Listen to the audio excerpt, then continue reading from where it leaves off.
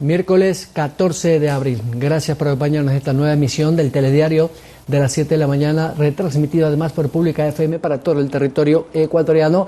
Amanecemos también con la noticia de que ayer o esta madrugada a las 2 de la mañana, para ser exacto, el juez de la Corte Nacional ha dictado orden de prisión preventiva contra el contralor aún en funciones, Pablo Celi, y 6 personas más dentro de la trama de corrupción que se investiga por contratos de Petroecuador. La audiencia duró más de 6 horas y, como hemos dicho, ya está detenido en la cárcel 4 de Quito conjuntamente con los otros sospechosos para investigación de estos temas. Pero vamos a temas económicos. Ayer el mandatario norteamericano Joe Biden ponía en un Twitter la felicitación y la congratulación con el nuevo presidente electo Guillermo Lasso.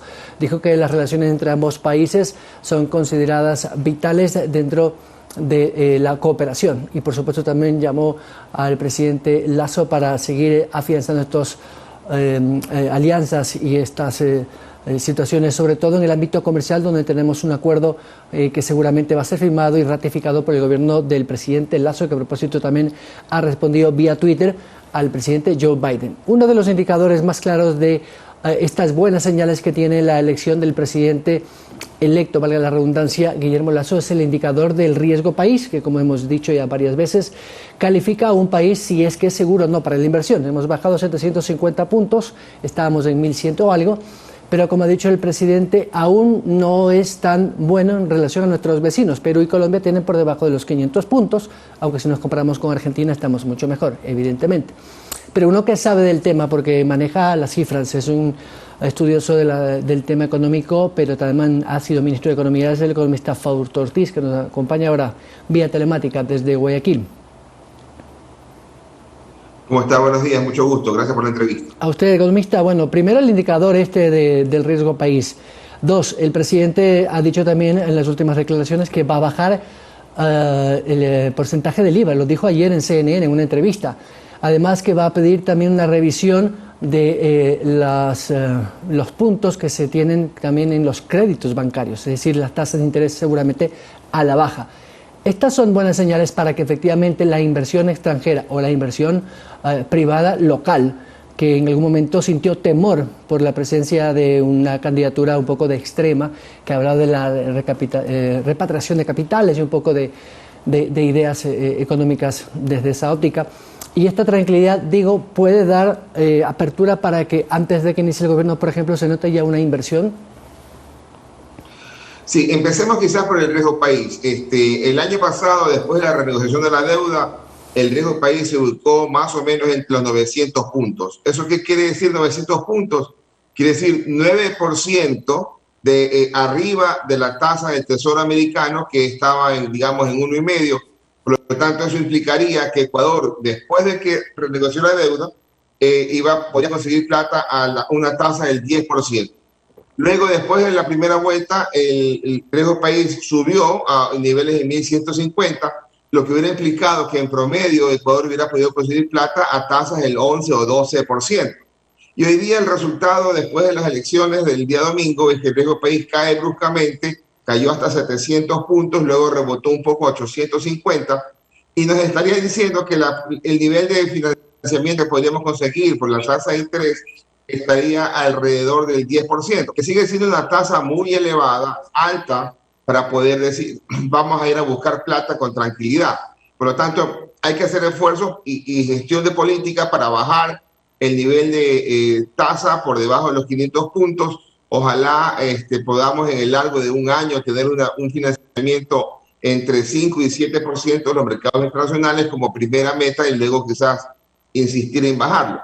Y lo otro, hasta ahora yo dije las muy buenas intenciones del presidente electo de querer bajar el IVA, querer bajar otros impuestos, ojalá los pueda ir implementando conforme ya vaya sentándose el 24 de mayo en Carondelet y vaya tomando las medidas de correctivos que necesita. Pero aquí hay un detalle, el acuerdo con el Fondo Monetario contemplaba que para diciembre de este año o el último trimestre, el gobierno debería encontrar alguna política que le permita generar constantemente entre 1.000 y 1.500 millones de dólares de ingresos por impuestos. Y eso más o menos suena a 3 puntos del IVA. Ojalá que la gestión, y que confiamos mucho, que la gestión del presidente Lasso pueda decirle al Fondo Monetario y a la ciudadanía en general, con la reactivación económica hemos mejorado la recaudación y quizás no necesitamos ir a aumentar impuestos, lo cual sería altamente positivo para la economía ecuatoriana.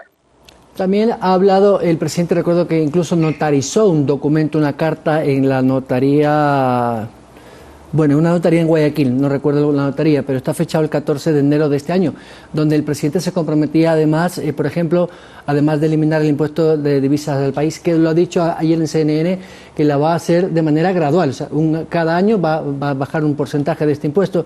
También el impuesto a los consumos especiales, sobre todo por debajo de los $30,000. Esto creo que va dirigido básicamente a la industria automotriz.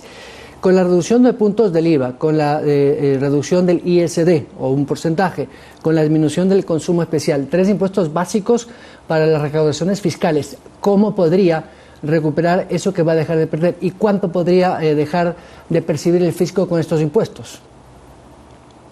Sí, empecemos por el sencillo.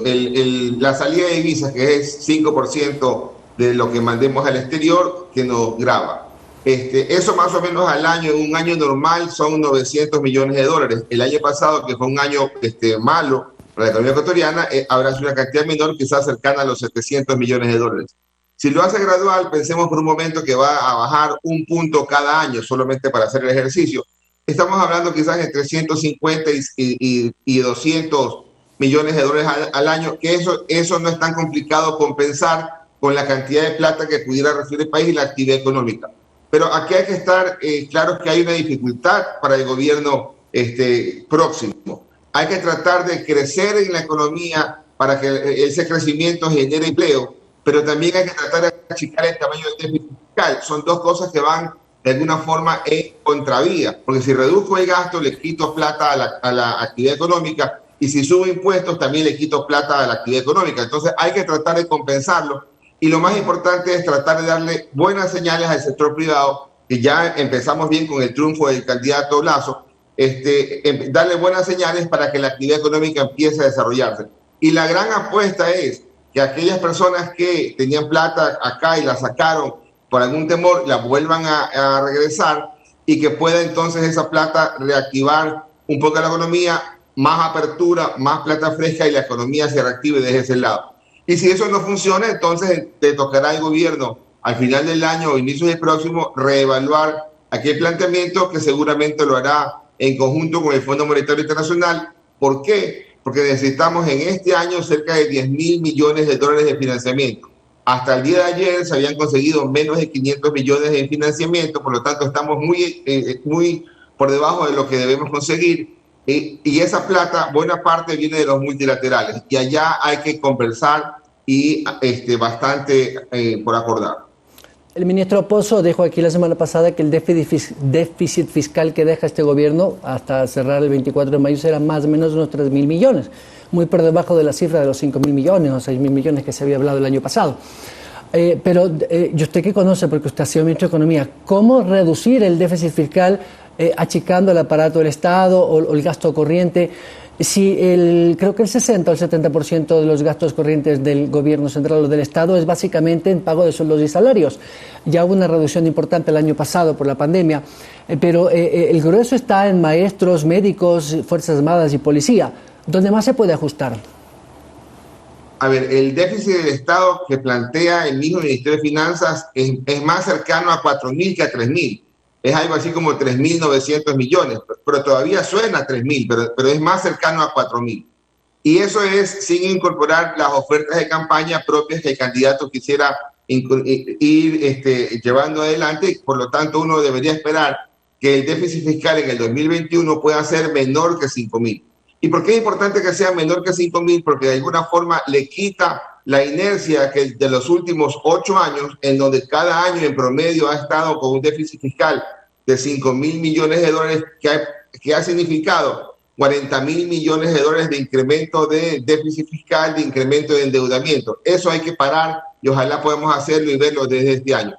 ¿Y dónde hay espacio para recortar? Sí, seguramente hay espacio para recortar en gasto que pueda irse vinculado a corrupción, que hay que tratar de evitarla a rajatabla, con muy buenos ejemplos, con muy buena mano dura al principio del gobierno. Hay que tratar de ver dónde hay cierto gasto innecesario, pero también hay que estar claros que hay algunos gastos que el gobierno actual, si bien le tocó incorporar como el 40% de la seguridad social, no lo ha incorporado completamente. La seguridad social demanda cerca de 2.000 millones de dólares en el 40% y el Estado le ha dado 1.400 millones. Por lo tanto, hay que ir equilibrando y le tocará al ministro de Finanzas próximo, que ojalá sea alguien completamente desvinculado de los últimos 14 años de gobierno, a poder hacer la gestión y darnos unas buenas noticias de que no necesitamos tantos impuestos para el futuro.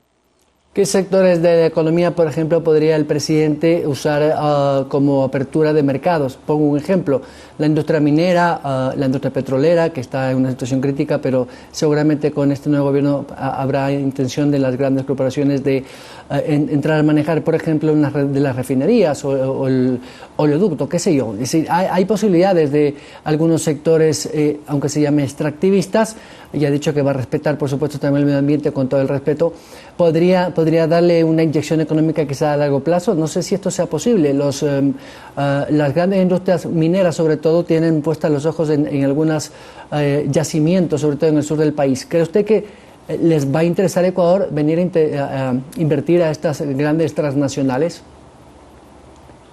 Yo creo que minería y petróleo no demandan de mayor esfuerzo de promoción. Tenemos acá nuestros recursos, el mundo lo quiere, por lo tanto es cuestión de marcar las reglas de juego claras, que es lo que queremos, que no afecte fuentes de agua, que no afecte la naturaleza, que sea lo más tecnificado posible, y ahí la gente seguramente vendrá. Pero a donde hay que poner impulso, esfuerzo para que venga inversión extranjera que no ha venido en el pasado, porque ha estado concentrada básicamente en esos dos sectores que usted manifiesta, es en todo aquello que tenga que ver con generación de divisas, todo aquello que tenga que ver con exportación, todo aquello que tenga que ver con turismo. ¿Y por qué es importante estos sectores? Porque son altamente demandantes y generadores de mano de obra. Esa es la parte relevante. La pandemia nos hizo perder cerca de 400.000 o 500.000 puestos de trabajo formales e informales. La gente está muy golpeada. Ahí hay que darle atención. Hay que darle atención al sector turístico, que necesita reactivarse, al sector de exportación, y la lógica del presidente Lasso ha sido muy clara: más Ecuador en el mundo. Creo que eso es importante, que la gente pueda saber que no solamente tenemos acá 4 o 5 productos de exportación importantes, sino que tenemos que ampliar ampliamente la gama de productos y la oferta exportable y a llegar a muchos más destinos, y es el momento oportuno, y ahí es donde hay que darle todo el apoyo posible de la política económica. Economista Fausto Ortiz, exministro de Economía y analista económico, gracias por darnos este panorama de lo que podría ser el próximo gobierno. Muy gentil. A ustedes, saludos. El ex titular de Economía y Finanzas con su diagnóstico de la economía. Pero a esta hora de la mañana vamos a cambiar de tercio, como dirían los taurinos, y nos vamos